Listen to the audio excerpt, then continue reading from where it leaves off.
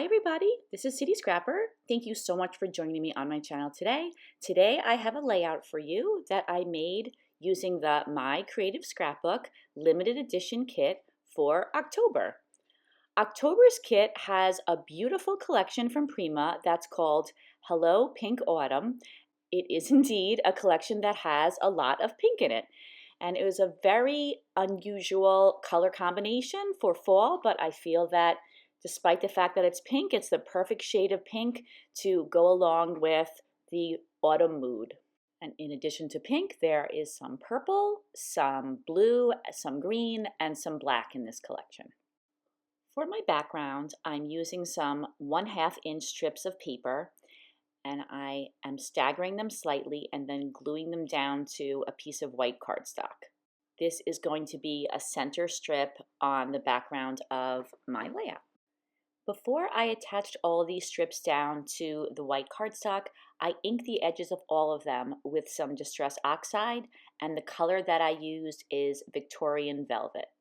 I'm cutting back the cardstock a little bit, and now I'm happy with the arrangement of all of the strips, so I'm going to attach them down to the piece of cardstock. They're attached down in one spot now, but I'm going to attach them along the entire length of the strips. I use ATG adhesive and I attach them down one at a time. I really love using this technique. I'm always trying to think of new ways that I could take strips of paper and bring them together in one layout, because I feel that when you combine these strips from different pattern papers in the same collection, you can bring all of the beauty of the collection to a single scrapbook page. I use a little bit of Scotch tape to help secure that top strip of paper to the cardstock. Now I'm going to start working on my mixed media background. I use a pencil and I traced around that large cluster of strips that I'm going to include on my layout. That helps me to know where to put the mixed media on the background. I'm using the packaging technique, and I am using some Tattered Angels Glimmer Mists sprays. I'm using parsley green and white grapes on this layout, so that I didn't have to worry about the strips of paper blending in with the background, because the strips of paper are rather busy. I decided that I was just going to use green in the background because it will contrast with the pink and the gray and the other colors that are in the pattern paper. There is some green in the pattern paper, but it's just kind of a detail color, and I pull that out to use in the background. And because those strips of paper are so busy, I am not going to have a lot of mixed media showing on the layout. There's just going to be touches of the green kind of peeking out from behind the strips of paper. Whenever I'm making a monochromatic background, I like to have more than one shade of the same color. So even though both of these sprays are green, they're different shades of green. So that helps to create more depth and more interest in the background. In addition to the very large cluster, I'm going to have a small cluster in the upper left-hand corner, and that's why I put some of the sprays up there. Now I'm sprinkling some water over the background, and I'm using a paper towel to dab up the water, and then that will lift up a little bit of the color from the background, and it just creates kind of a cool look. It's one of my favorite things to do, and I do it on most of my layouts. Now I'm adding some splatters in the same colors that I use to create the background. And I add the splatters when the background is dry. If you splatter on the same color when the background is wet, it doesn't have the same impact. It generally just absorbs into the larger areas of color. I also like to make sure that the background is dry before adding any white splatters. The white splatters are made with some watered down white acrylic paint, and they won't be as noticeable if the background isn't dry. And again, that's because they'll be absorbed into the larger area of color. I'm also adding a few black splatters. They're barely visible on the final layout. There is some black in the collection, so I wanted to add some black splatters on the background so that the pattern papers and the background would connect. Now I'm attaching down that strip of pattern paper. I didn't like the way there was just a touch of mixed media visible on the left-hand side, but a lot more that was visible on the top and the bottom. So I decided to add one more strip on the top and the bottom. And you see there that I did ink the edges so that these strips will go along with all the other strips of paper that are in this large cluster. So I like that better now. This is the photo that I'm going to use. This is of both my daughters. This was taken last year when we went apple picking in the fall, and we haven't done that in a while. We went to an orchard that we've been going to since the kids are very young. Years ago when they were little, we used to always go with their cousins and also sometimes with a family friend, and there's a lot of good memories there. And the farm looks like it's not quite what it once was, but it's still really beautiful and we still enjoy going there.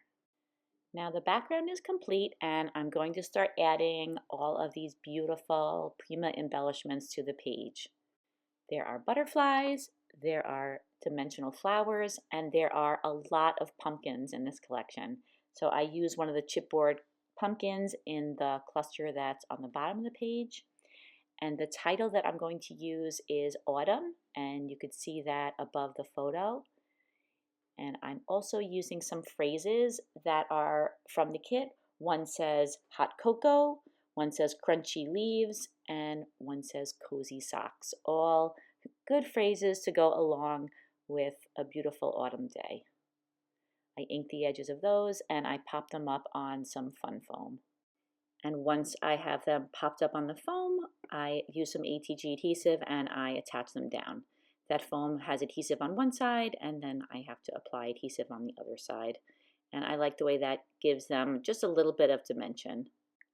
Off camera, it seems, I added some strips of paper to the top left-hand side of the layout, just a couple, just enough to anchor the embellishments that I'm going to put there. And you can see I've already put some of the dimensional flowers there.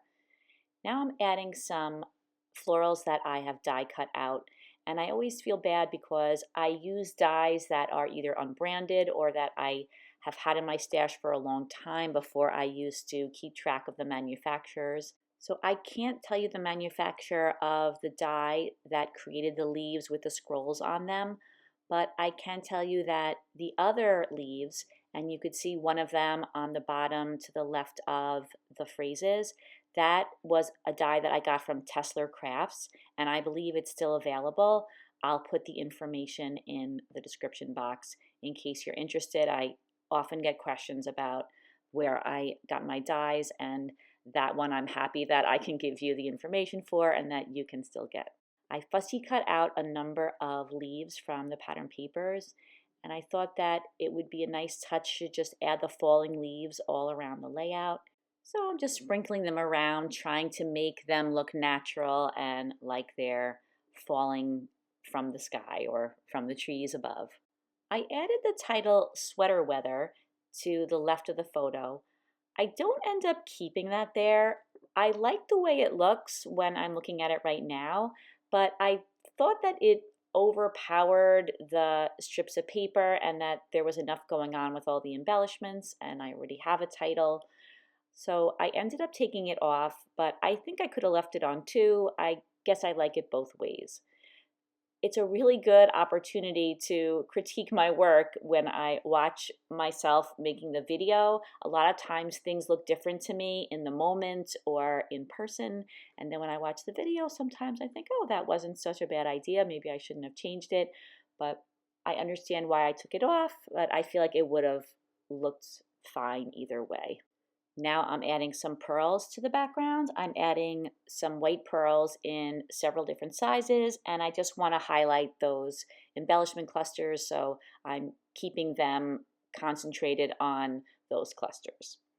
I also wanted to mention that the die cuts are embossed, and I use some orange embossing powder, and then after covering the whole background with this orange, kind of coppery embossing powder, I also added some blue. I didn't cover the whole die cut with blue. I just added some touches of adhesive and then sprinkled some blue embossing powder, and that gave me a two-toned leaf.